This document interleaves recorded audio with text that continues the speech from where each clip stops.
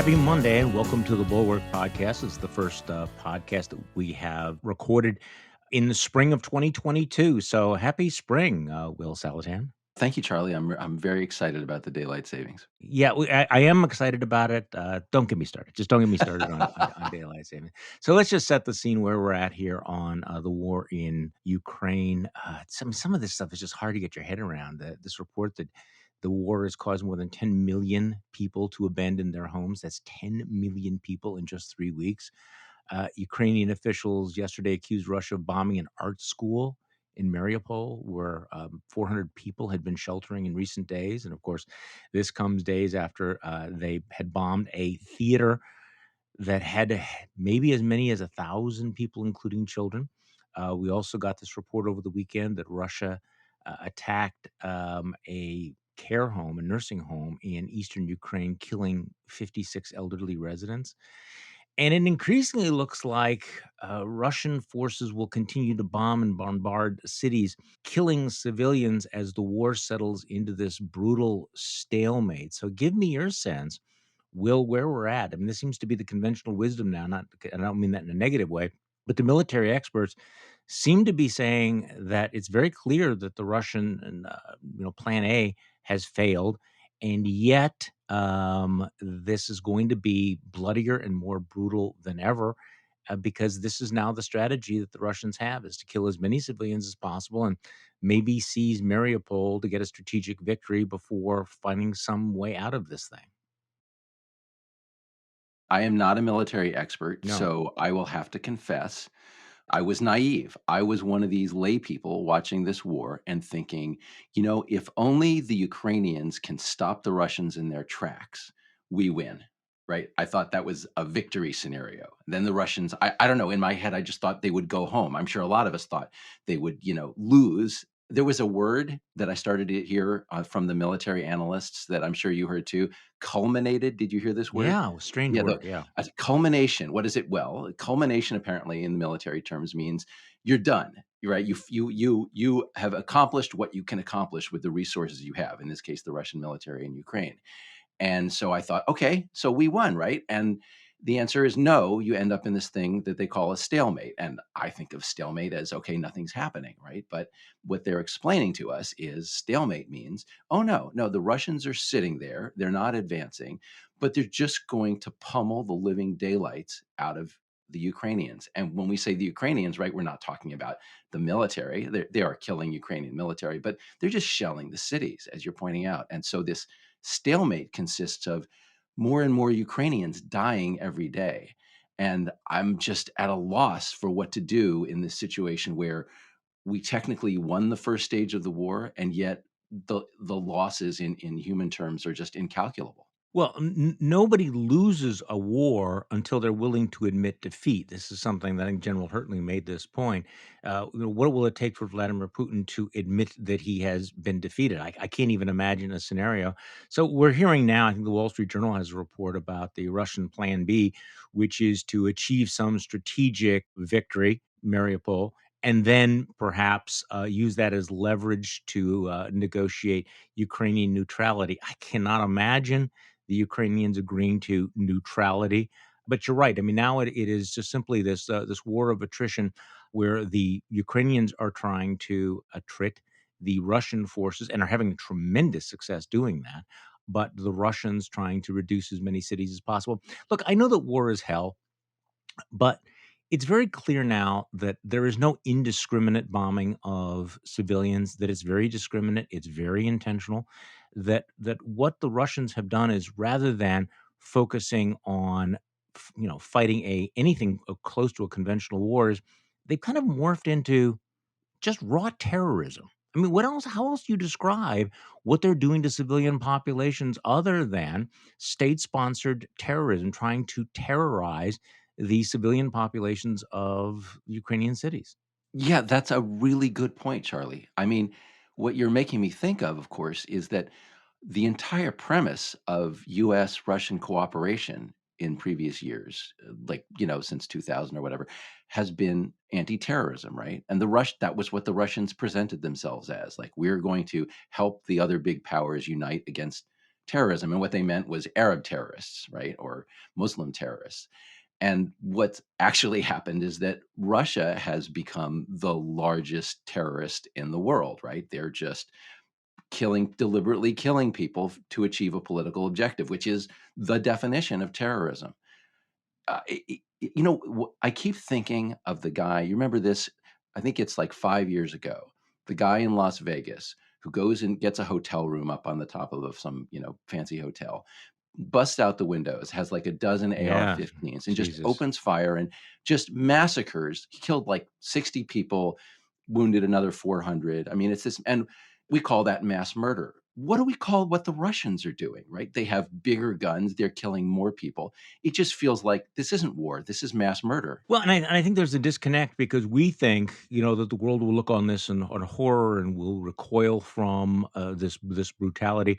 I think that Vladimir Putin sees this brutality, the carnage, as a net positive for him because what he's got going for him is he wants to cow his opponents, he wants to terrify them, he wants them to never even think about rising up against him. He's sending a message to all of the other countries, that he is not going to be constrained by what we think of as modern civilized rules of warfare. And I have to say, and I'm sorry to keep referencing this, but while I'm watching what's going on in Ukraine, I am rereading Robert Massey's magnificent biography of Peter the Great.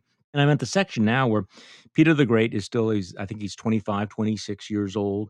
He has just returned from a long embassy in Western Europe where he had learned, a lot about Western values. Comes back to find that there had been a military revolt, a revolt of certain troops. I think it's pronounced the Streltsy, but somebody will correct me on this. And his response, which is the response of tyrants going back many centuries, is to engage in mass torture and then mass public execution. So every single day, dozens and dozens and dozens, hundreds of people are beheaded or they are hanged in public in Moscow, and the Western ambassadors are horrified and shocked by all of this. He tries to keep it something of a secret, but the strategy there, the statescraft, is that he wants to send a message to anyone who would think of challenging his complete autocratic power. And so the use of terror is something that is not unfamiliar to history and is certainly not unfamiliar to Russian history. And we could come with much more recent Russian history to illustrate that as well. Yeah, and I guess I would distinguish there between terrorism and ruthlessness, right? Yeah. I mean, terrorism per se, the technically you're trying to achieve a political objective. Is it usually with against another country? Or your own Anyway, people. I would like to put on the table a big question here, and I'm just beginning to think about it, which is ruthlessness is an advantage. We know this, right? We know that Putin's willingness to massacre Ukrainians, his willingness to treat his own troops as cannon fodder, allows him to continue the war when other people might sue for peace, right? He may get some concessions out of Zelensky and the Ukrainians because they just want to stop the killing, and Putin doesn't mind. On the other hand, there's this larger, global geopolitical thing going on where Putin has managed to unite the world, the free world, against him. How has he done that? By ruthlessly killing Yeah. people, right? So the ruthlessness, at the same time as it is an advantage, is in public relations terms, to the extent that human beings are moral, a disadvantage. And I just don't know how that equation is going to play out over time. Well, that's right. I mean, look, all fascists think that ruthlessness is, in fact, an advantage, that it works for them. And look, I mean, I know this becomes circular, but Vladimir Putin has a lot of reason to believe that ruthlessness works for him, and because he's seen, how, in the past, he saw what happened in Chechnya. I mean, he committed one war crime after another. He got away with it. He committed one war crime after another. He was ruthless. He was terrorist. He behaved in a terrorist fashion in Syria, and he got away with it. He invaded Ukraine, got away with it, invaded Georgia. World looked the other way. So somebody used the quote the other day on the program that there's a Russian adage that the appetite grows with eating, and his appetite keeps getting bigger and bigger. And the West has not figured out how to respond to him until now. In fact, I'm not sure that they've figured this out.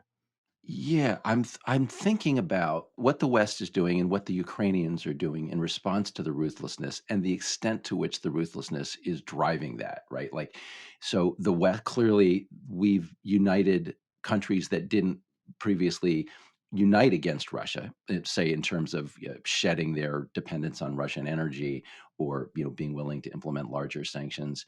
And that's been driven by these images of the ruthlessness that Putin and his forces are engaged in. There's the sheer will of the Ukrainians to resist, which is being driven by, these Russians are coming in and killing us, right? So that in itself has become a force against Putin. And then there's the question of what happens within Russia, right? I mean, to the extent that Putin treats his own soldiers, that they don't even like, they let the soldiers, the wounded, just die. They don't take their bodies with them. They don't tell the families what's going on. Will there be an uprising? I saw a report there have been 15,000 arrests in Russia for protesting the war. Will the ruthlessness of Putin with respect to Russians themselves and his own soldiers eventually drive some sort of revolt Yeah. inside Russia? I don't But know. all indications are that the vast majority of Russians still support what he's doing, at least based on the polls, including some of the independent polls. He controls the media. I do think you have a generation gap there, and of course, most of the soldiers are from a younger generation. So you kind of wonder how that plays out. You can't have this many casualties. You can't have this kind of a disaster without the word getting out. You just can't. I understand there's a long tradition of trying to pretend that failures are successes, but I just don't know how he pulls that. I don't know how he pulls that off. So, in terms of ruthlessness, though, let's talk about the next step. Big debate over the weekend on the question of red lines, because there's growing fear on the part of Western intelligence agencies that Vladimir Putin may possibly use chemical weapons or other kinds of bioweapons. He seems to be laying the predicate for that by engaging in these false flag, accusing the Ukrainians of having bio labs, false information that somehow is being repeated by the useful idiots in this country, including hosts on Fox News. But the question then becomes, what do we do? What is our response if Vladimir Putin escalates by using weapons of mass destruction in Ukraine, in this war? So, Senator Chris Murphy, we have Chris Murphy and then Liz Cheney. Here's Senator Chris Murphy, who's asked this question on Meet the Press. Is chemical weapons a red line for the United States government in your mind? Should it be for the Biden administration when it comes to whether we do a no-fly zone and get more involved in Ukraine militarily? Yeah, listen, I think we need to make clear to the Russians that our level of commitment to the Ukrainians and our participation in this conflict is going to be proportional to the tactics that the Russians use inside of Ukraine. There is no doubt that we have dramatically stepped up the transfer of weapons to Ukraine since the Russians have begun this brutal campaign of targeting civilians. We've sent drones. We have sent new anti-tank missiles, $1 billion of assistance in the last week. So I don't think the United States needs to draw specific red lines today. I think we just need to make clear to the Russians that our involvement in this war is going to increase if their tactics targeting civilians also increase. So, Will, what does that mean? He says, make it clear. He doesn't make it clear. And then he says, we will have a proportional response, but he doesn't say what that is. What is a proportionate response to the use of chemical weapons? So the first answer to your question is I don't know, Charlie. Yeah. I mean, you've raised this very good question about self-deterrence, right? That we've said what we won't do in response to Putin, and we haven't said a lot about what we will do. And what I keep hearing, the argument on the other side is sort of that ambiguity in deterrence is somehow advantageous. It's good not to say exactly what you will do. But then if you're gonna do that, right, you need to make clear that the unclear thing that you're going to impose in response to, say, chemical weapons is not nothing, right? So somehow you have to say, so we're gonna do something, but what I'm just What? not sure Putin will believe that No. we're gonna do something if we don't specify what it is. Well, that's exactly right. I mean, he's thinking, okay, he's heard basically, we're not going to do this, we're not going to do this, we are not going to risk World War III. He uses the chemical weapons. We go, okay, that's really bad. We're going to be proportionate. What is proportionate to chemical weapons? And I got to tell you, unless you spell it out, that's anything but clear to me. We are going to provide chemical weapons. I think that's highly unlikely, as in no. that we will provide them with nuclear weapons? No.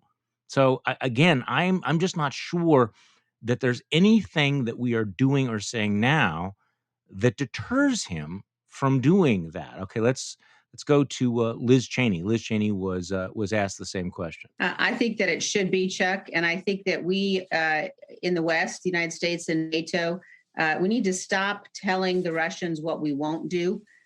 We need to be very clear that we are considering all options. That the use of chemical weapons is certainly something that would alter our calculation.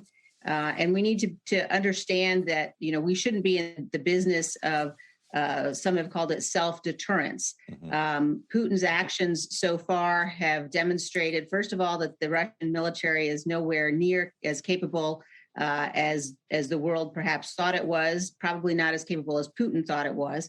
And they need to understand that if the brutality here increases, the United States will contemplate and consider every possible range of actions along with our NATO allies. And I think it's important that they know that we will contemplate changing the calculation in terms of humanitarian challenges.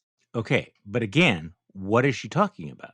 So she says we should make it a red line, but of course, red line has complicated history. Barack Obama famously drew that red line about chemical weapons in Syria. President Assad basically said, I don't believe you. I'm going to cross the red line, and we did absolutely nothing. So even with Liz Cheney, who's channeling my line about that we've been engaging in self-deterrence, what are we talking about here? I don't know what we're talking about, quite honestly. And I'm guessing if you and I don't know what we're talking about, then Vladimir Putin's going to go, yeah, big talk, but they won't cross any red line. I mean, let's face it, the West has drawn its own red line. We're not going in. We're not sending troops. We're not going to roll tanks in. We're not going to send planes in. We're not going to do any of that stuff. So what are we talking about?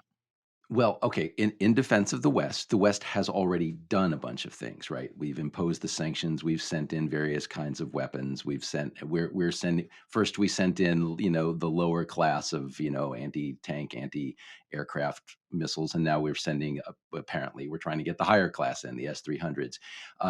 So we have taken measures that would give a signal to Putin of what might be ahead, right? That we've shown some seriousness by what we've done.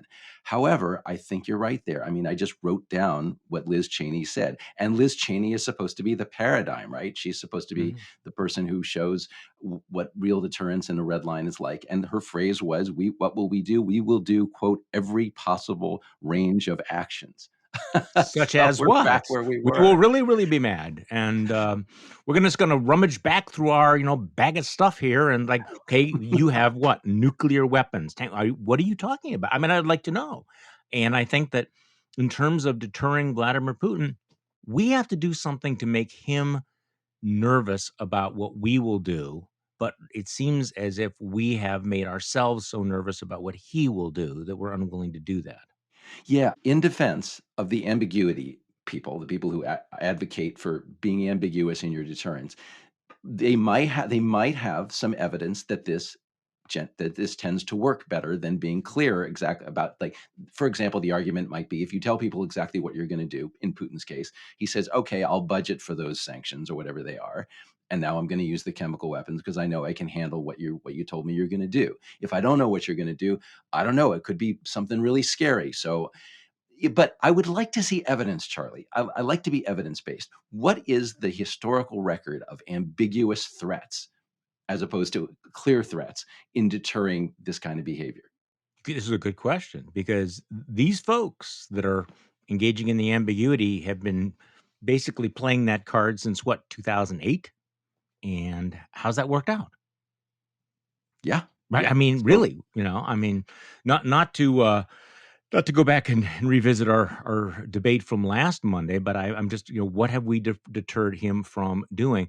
I am concerned about all of this, where it's going, because I think the patience of the world, it's wearing thin in terms of just watching the human horror.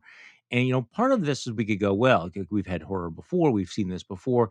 There is something qualitatively different about seeing it on your television screen, on your social media screen every hour of every day. And if you have actual, chemical weapons, people will say, well, it will play out the same way it played out in Syria. No, I don't think it will play out the same way. And so I don't know what the reaction will be, the political reaction and the kind of political pressure that we're seeing now. Joe Biden and President Biden will be in Europe this week. Will be going to Poland. I think that's a really good idea. I think that he needs to be on scene here. But Mona Charen and I talked about this last week. At what point does Joe Biden need to use his bully pulpit more? Where is the prime time address to the American people about this? I know that he talked about it during the State of the Union, but are there things that Joe Biden could be doing rhetorically? I mean, we're seeing the power of presidential leadership and rhetoric coming from Volodymyr Zelensky. We're not seeing the same level from Joe Biden. And I've made this point before, but I wanted to get your take on it. Well, okay, I revert to my longstanding view of Joe Biden, which is that although I voted for Joe Biden is a bad speaker. He's just, I mean, he's old, he's tired, he doesn't sort of drive a message well, he doesn't have the energy, and everybody can see it. And that's why, we all of us pundits, why doesn't Joe Biden say this? Why doesn't he say that? He just can't. He's just Yeah. not good at that. Yeah. Even when the message is very clear and simple and morally straightforward, right? I think it's okay that Volodymyr Zelensky is taking up that role. The fact that we have, that Zelensky, look, in defense of the United States, I don't know what our guys have done in there, but we clearly have like made sure that somebody has helped make sure that Zelensky maintains solid communication to the outside world. This guy who's under siege, so sort of in Kyiv, right, can speak to our parliament, the Congress, other parliaments, other governments. He just video addresses everywhere. So he's driving the message for the world. So Biden doesn't exactly have to do that. That's okay. But it would help if the president of the United States were part of that. Yeah. I will say one thing in Biden's defense. Biden has done one thing that we are taking for granted, but that, say, the previous president would not have been able to do. And that is he has united the allies. Yeah. And without that unity, these sanctions don't work. Sanctions absolutely do not work if it's just, Mike Pompeo and Donald Trump standing up and saying, America will do the following. America just doesn't have that pull in terms of its percentage of the global GDP that it used to have. So we absolutely need the allies. And Biden has done that, and it's been behind the scenes, and let's give him credit for it. Okay, so the other big story this week, overshadowed by what's going on in Ukraine, of course, is the latest partisan fight over the U.S. Supreme Court and Ketanji Brown Jackson's moment in the barrel. So, let's talk about that right after this. Refinancing your mortgage can make a big difference in your life, especially with today's low rates. I mean, you could save up to $1,000 a month. That's the kind of money that can be used to pay off debts, invest, improve your home. It's totally up to you. As long as you call American Financing, America's home for home loans. They're a proud sponsor of this show. American Financing provides a no pressure experience that's focused on you. You never pay upfront or hidden fees either because they truly care about saving you the most amount of money. So, what are you waiting for? Take advantage of a free mortgage review now and see what they can do for you. If you start soon, you could close in as fast as 10 days. Call 888-991-9788. That's 888-991-9788. Or visit AmericanFinancing.net and tell them that Charlie sent you. NMLS 182334, NMLSconsumeraccess.org. Okay, we're back with Will Saletan. Obviously, Ukraine is taking up most of the oxygen, but let's talk about what starts today: the hearings for KBJ, who is in front of the Senate Judiciary Committee. Can I just put these in some put this whole process in some context? Because I like to geek out on some of this stuff. So at the end of this process, she's likely to be confirmed on either a straight party line vote or a near party line vote. Maybe Susan Collins will vote for her, Lisa Murkowski. I don't know, Mitt Romney. What do you think? I mean, 2, 3 possible Republican votes. I don't see many more than that. Yeah, I'm going to bet under 60 votes total. Okay, sure. I mean, it's probably going to be around, 52, 53 votes. But again, there are no scandals. Her credentials stack up very impressively against other nominees. And, it seems like something from the distant mists of time, but it didn't used to be this way, right? I mean, At one time, qualified nominees were routinely passed by overwhelming bipartisan votes. So here's a reminder: Antonin Scalia, confirmed by the Senate on a vote of, wait for it, 98 to nothing. Ruth Bader Ginsburg, confirmed 96 to 3. The justice that Judge Jackson is going to replace, Stephen Breyer, was confirmed by a margin of 87 to 9. All right. I mean, you go back. Okay. Sandra Day O'Connor, confirmed by the Senate, 99 to 0. Thurgood Marshall got 69 votes when he was confirmed back in 1967. Okay. More recently, as recently as 2010, Elena Kagan got 63 votes. The year earlier, Sonia Sotomayor was confirmed 68 to 31. Okay, so Clarence Thomas got only 52 votes. Robert Bork was actually rejected, and the votes have been increasingly partisan. But we really have had a dramatic change in our political culture involving the court, because there was once an assumption that you didn't vote against somebody simply on ideology, you would vote on qualifications, but that has been completely turned on its head, hasn't it? Yeah, yeah. I mean, I guess this is just a very stark example of the decline of institutionalism, right? Decline, meaning the people's faith in institutions. The idea that, look, the Supreme Court is an institution. There are certain criteria for being qualified for this, and this person is qualified regardless of whether they lean left or right in their average of rulings, right? And so we approve them based on that. No, everything now is, does it help your team or my team? So, there are relatively few senators left who will vote on that. And it's symptomatic also of the increasing polarization. It's not just left versus right. It's that the stakes are so enormous. We can't even, Charlie, it's so greedy for these Republican senators who already now have 6 guaranteed seats on the Supreme Court. We're talking about the 7th. And, to be refusing the nominee because she's somehow might be progressive in terms of the rights of the accused or something like that. It just seems greedy. Yeah, but they're not actually going to try to reject her. They're just going to try to smear her and then score their own points. I mean, I think the game that you're going to see, it will be exemplified by the usual suspects, people like, Josh Hawley of insurrectionist fist bump fame.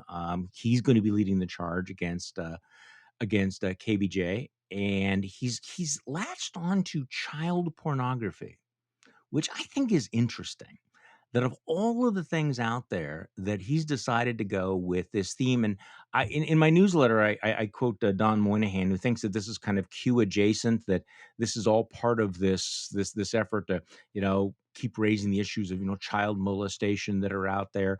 We've seen this push by charlatans like Christopher Rufo, who's moved on from CRT to more gender-based issues, talking about we need to use words like predator and grooming more often. And so Josh Hawley sees this as an opportunity to enhance his deplorable credentials by going after the child porn on the child porn issue.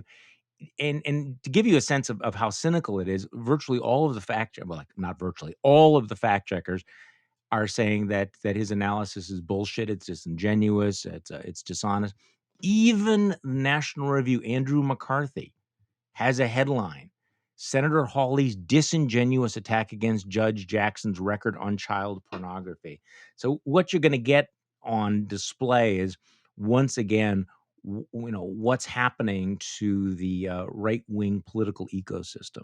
Right. And of course, the fact that this is Josh Hawley leading this and that it is an openly cynical charge, they're closely related, right? Because Josh Hawley represents this sort of modern style of politics, which is fundamentally unserious. It's not about governing, right? It's not about making a good decision on a Supreme Court nomination. It's about grabbing some attention, raising some money, raising your profile. Yep. So this is a completely cynical operation on Hawley's part. He doesn't actually intend to stop the nomination. He intends to make a name for himself by being the guy who stood up and shouted child pornography. And as you pointed out in your newsletter, the child pornography charge is openly cynical, right? The language that Rufo and these other people are using is they say this in their tweets, as you point out, right?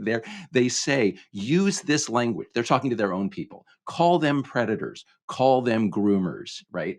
It's that the words are only important to these people for their political effect, for scoring points. And the fact that they would do this about child pornography, about sexual abuse of children, one of the vilest things in the universe, it just illustrates the depth of their depravity and their unseriousness. Well, I agree with you. Now, the one thing that you and I definitely do not want to do on this Monday, this particular Monday, is talk about cancel culture and free speech. So let's do it anyway.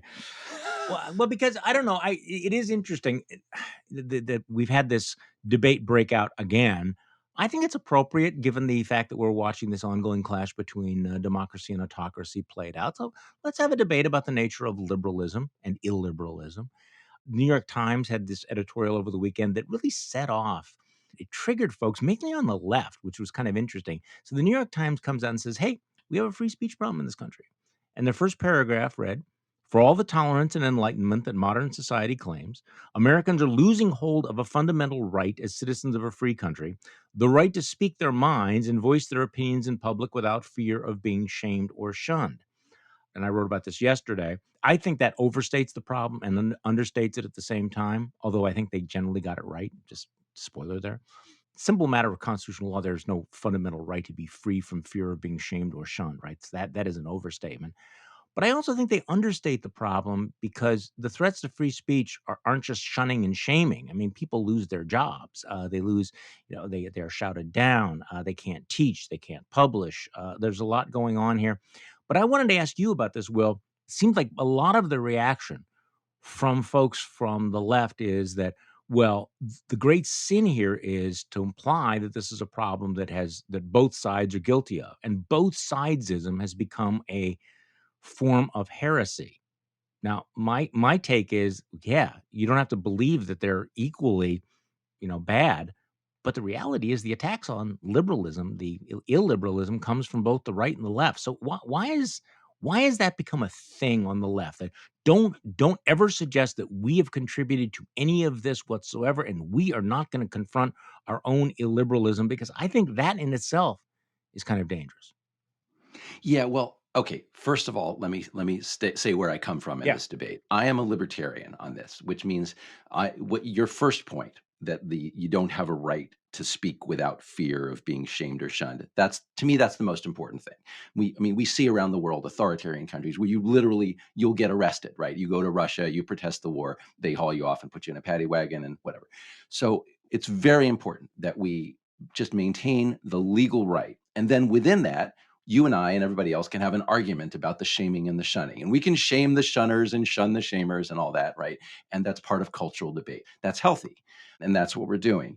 The point that I would say in response to your question about the left is, the left, unlike the right, has this illusion about itself, which is that shaming and shunning and moralizing is a property of conservatism, right? Hmm. That only the people on the right, Bible thumpers, that those are the people who tell everybody what to do, and who, we believe in live and let live, says the left. But of course, that's not true.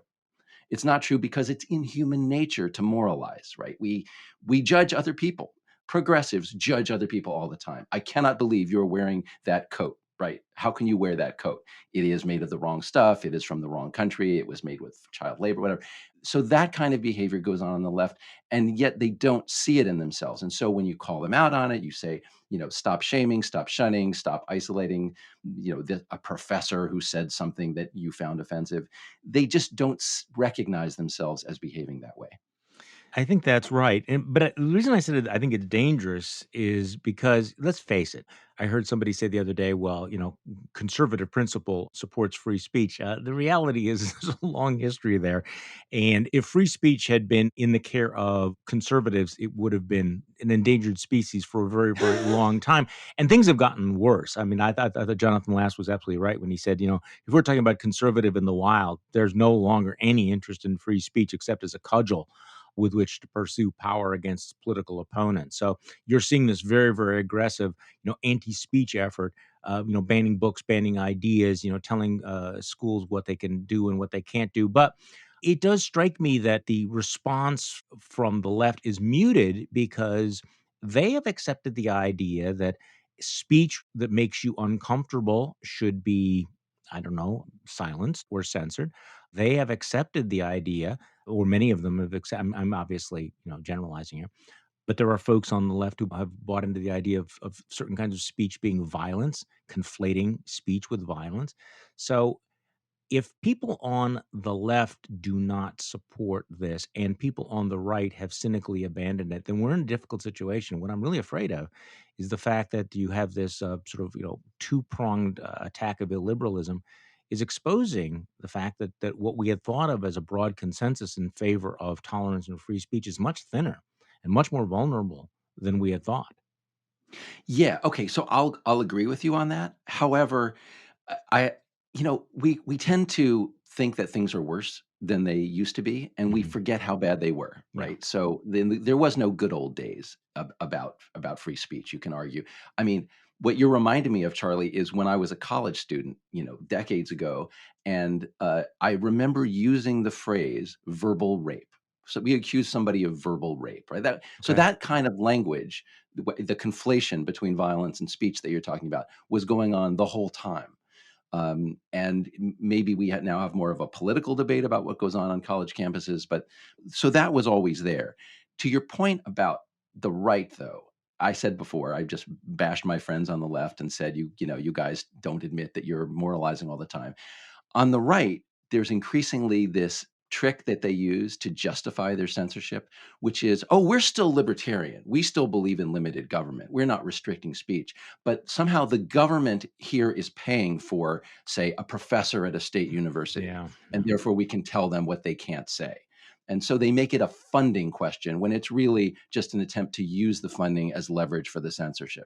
Okay. So can I make this harder? Go ahead. Since we're doing this on a podcast, let's make this all this more difficult. Some people do deserve to be canceled.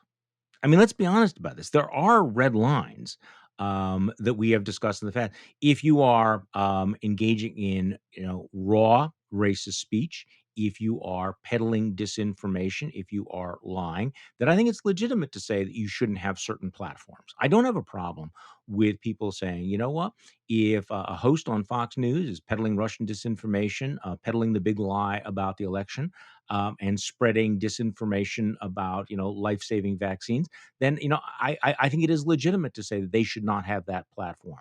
But part of the question is when we talk about cancel culture is at what point where do we draw those red lines? Because I guess I am a libertarian, but I don't think that people have. I mean, on the one hand, I don't think that anyone has a right not to be offended, but I don't think that people have the right to have massive bullhorns, megaforms, and national platforms to spread vile hate speech and deception. So where do we draw that? Because you can denounce cancel culture, but also recognize, some folks actually do deserve to be canceled. I think Yeah, Josh well, Hawley deserves to be canceled. yeah. I Okay. just So said it. Mhm. So I'm with you on this too, but up to a point. To me, the question is, what is the method of cancellation, right? If the method of cancellation is within the boundaries of free speech, like so Tucker Carlson is on TV every day, undermining all that is good and right and helping evil. So what do we do about that, right? If the government must never take Tucker Carlson off the air, we don't want to become like Russia, right? We don't want to become like China. But if the method of cancellation is a lot of Americans saying to Fox News, this is vile, this is wrong, this is evil, we're going to not support having Fox in our cable packages anymore. If there's a boycott or something like that, that's totally within the boundaries of free speech, right? You're exercising your economic power. And if Fox News decides that it's not in their financial interest to be supporting that anymore, that's okay. Yes, this can be abused. Economic power boycotts can be abused, but it's not the same thing as the government censoring. There's no question about it. But it's a perfect example so that we're not engaging in just complete abstractions here. I wrote down a couple of ideas of things that I might write about later this week. And one of the things on my list is can we talk about Leah Thomas? Do you want to talk about Leah Thomas? Do you know what I mean here? Leah Thomas, Yeah. of course, is the transgender swimmer who is blowing away all of the women in the NCAA.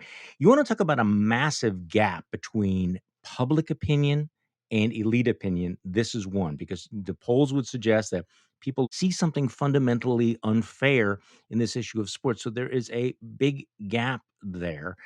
And I also think that there's a gap between what people say in private and what they're willing to say in public, because you don't want to talk about this, do you? Because you know what's going to happen. Will is sitting Okay. there going, shit, shit, Yeah.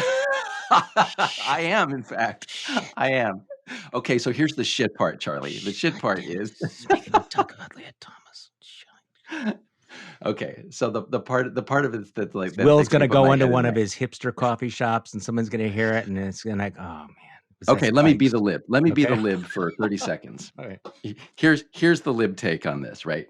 Charlie, there are literally hundreds and thousands of people being killed in Ukraine right now.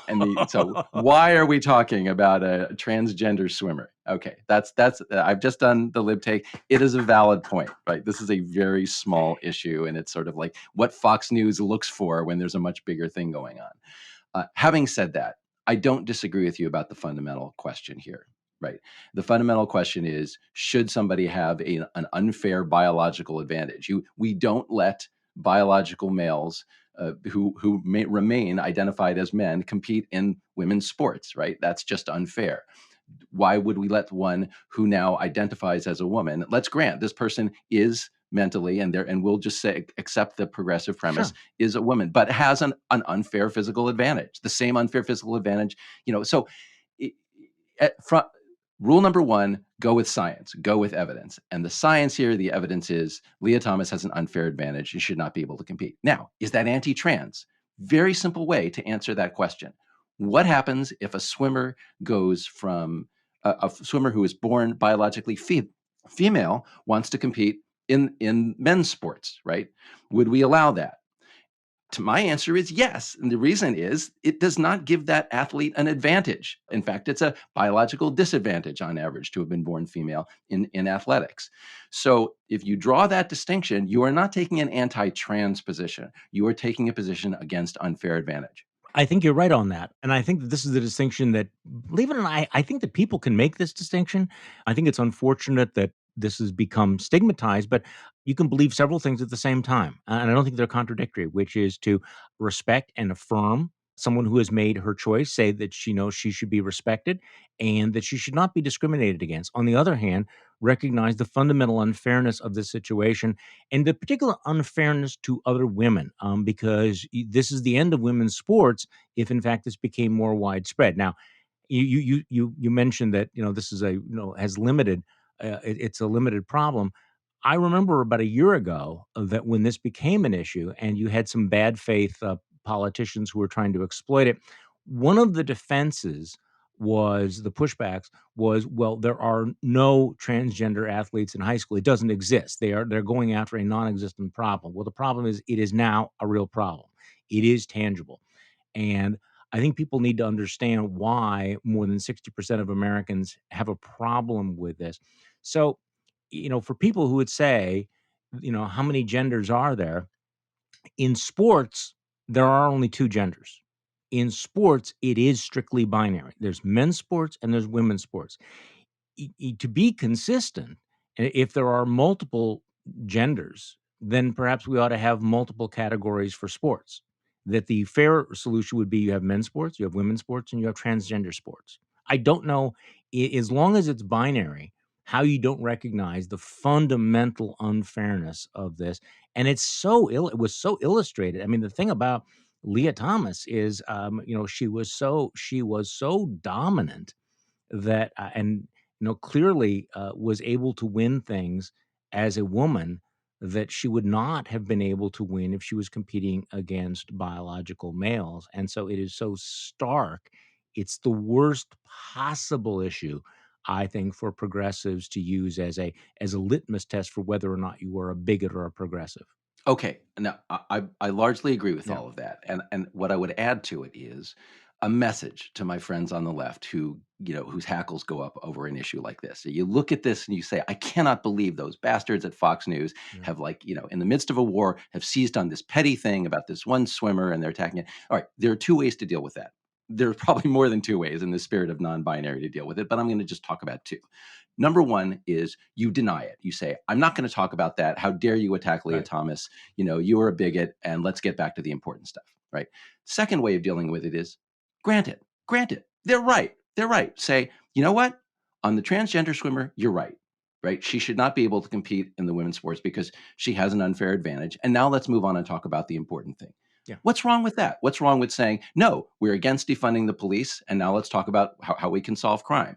No, we're against, an unfair advantage in sports, and now let's get on with talking about other issues. I think the second approach is entirely morally valid, and it's certainly more politically effective. Well, I agree with you completely there. Maybe you could, pass that word next time you go to one of your hipster coffee shops. So, what else do you want to talk about this week? What are you keeping your eye on for the rest of the week?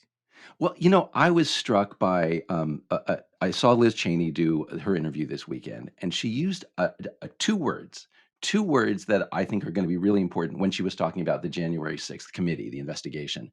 And she said, in talking about Donald Trump and his complicity and his responsibility, she said, I'm just going to read you the quote, which I wrote down here. She said, what we're looking at, we, the committee, do we need additional enhanced criminal penalties for the kind of dereliction of duty that you saw with President Trump Yeah. when he refused to tell the mob to go home Hmm. after he had provoked that attack on the Capitol? And that was super interesting to me that she used the words go home, because there is this distinction that a lot of people don't really notice when we talk about January 6th. And that is Donald Trump did go on Twitter and tell people at, in 2:30 in the afternoon after a bunch of violence had been committed, hey, tone it down, guys. Don't be so violent. Don't attack the police. But what we found out in the text messages that were being sent to Donald Trump was he was not just being asked to say that. He was being asked to tell the crowd to go home. Right. You have thousands of people at the Capitol. It's a huge security crisis, right? All kinds of bad stuff can happen. Tell them to disperse. That's normal behavior. And that was the phrase Donald Trump refused to use. And the fact that Liz Cheney said this tells me that the committee is going to make that a focus of their indictment, not literal indictment, their criticism, their moral indictment of President Trump for what he failed to do. I think there had been a lot of expectation that they were going to have these public hearings in March or April. And then as we got to the turn of the year, there was some suggestion that might be pushed back as they continue to put together the case. In some ways, the shift of public opinion of the spotlight off of them gives them a little bit more breathing room, I think, to put together this case. And I think you're absolutely right about this, that you can see that one of the things that they are increasingly focused on is what is the specific culpability and accountability of President Trump? What are the standards by which he ought to be held accountable for what happened on January 6th? So that story is obviously not going away. And look, we have limited attention spans. I hope that we don't take our eye off Ukraine before it's done, especially as the slog goes on. And I'm very interested to see what happens to public opinion. You have a piece in the Bulwark today, which I would recommend. I would say the public opinion right now is in flux, that you had a lot of people who are very isolationist who have now become very hawkish, in the first weeks of the war. It will be interesting to see where it goes if this becomes a long stalemate and a slog. What do you think? Yeah, yeah. Well, to me, the huge question here is, will reality change public opinion? That is to say, there has been kind of one of the things that I found in looking at this polling was there has been a realignment. We've all noticed signs of it, but I just documented it. A realignment of Republicans away from muscular foreign policy towards isolationism, towards non-intervention in the world, and it's come up against an attack by a superpower, a brutal attack, murdering a lot of people in Ukraine. And it's going on for weeks and weeks. And to me, the question is, will that reality of evil push Republicans back in the direction of asserting a role for America in the world? And I think there are signs of it, but I was really disheartened to see the poll numbers that I saw, even as late as this last week. And so I just don't know, Charlie. I just don't know how that struggle between the isolationism and the reality of the evil is going to end up. No, and again, it's a very interesting moment in Republican politics where you have the vast majority of elected Republicans who are supporting an aggressive approach to Russia, and then you have the right now somewhat isolated MAGA voices who are the Steve Bannons of the world, but Never underestimate the power of the entertainment wing of the Republican Party or of the MAGA wing, especially with Donald Trump sitting down there in Mar-a-Lago. I think that this trajectory would be completely different if Donald Trump was not did not continue to be the leader of the Republican Party and the odds-on favorite to be the Republican nominee. If you take him out of this, I'd be much more confident in saying that I think that you would see the rise of a much more aggressive, muscular, interventionist Republican Party. But I don't see how they can do that while you have Vladimir Putin's most useful idiot sitting down there waiting for his restoration. Yeah, but I don't think it's just Trump. I think your view, which I would love to believe, it feels optimistic to me that if Trump disappeared, if Trump walked away, who would be left? Okay, Matt Gaetz, Marjorie Taylor Greene, Steve Bannon, not a lot, right? But that's at the elite level. And the problem is the base of the Republican Party has bought into the isolationism. And it's not clear to me, Charlie, that the base has followed Trump so much as Trump followed the base. I just wonder to what extent the people at the base of the Republican Party don't care about the world anymore. And if that's true, and if the fundamental property of being a Republican politician these days is cowardice, which I believe is also true, will those politicians fold? Will they basically move over to the isolationist wing? Yeah, well, okay. I mean, I think there are a lot of polls out there. I'm looking at the latest Pew numbers. The Republicans were, in fact, more likely than Democrats to say the U.S. is providing Ukraine with not enough support. Among conservatives, 54%, the largest group, the largest political subsection in this survey that thought we were not doing enough was conservatives. So 54% of conservatives said we were not doing enough for Ukraine, whereas among liberal Democrats, among Democrats as a whole, only 38% said we're not doing enough. So I think it's mixed, and I think it's in some turmoil. Well, okay, here's my argument against that. Mhm. I saw the same numbers you did. Yeah. I see Republicans when they're asked a general question, should we be tougher? Should we do more? Yeah. They say yes. Yeah. But then when you ask them any of the things that would entail, they beg off. They say no. Yeah. Not no, but they're less likely to say it than Democrats are. And they're surprisingly unlikely to support a lot of things, to support certain kinds of sanctions or military aid, defending allies, even the ones to which we have NATO commitments. So there's a vestigial thematic Republican interest in being tough, but the actions that toughness entails, Republicans have been derelict.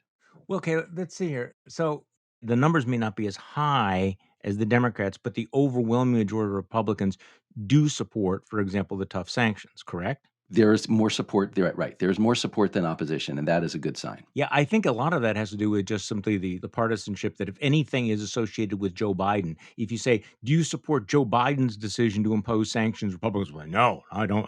I'm not against anything that Brandon does.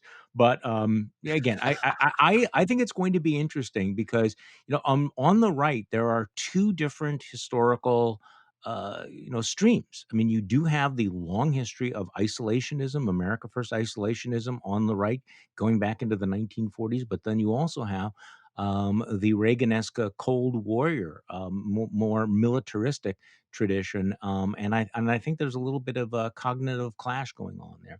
So, Will, thank you for joining me once again on Charlie and Will Monday. Thank you, Charlie. I actually said my own name. See, there's something weird about that. Anytime somebody starts referring to themselves in the third person, they just need to be slapped. So Charlie, you just said themself. I can't believe it. You just went Leah Thomas on me. I did. I actually did. I actually did do that. And thank you all for listening to today's Bulwark podcast. I'm Charlie Sykes. We'll be back tomorrow, and we will do this all over again.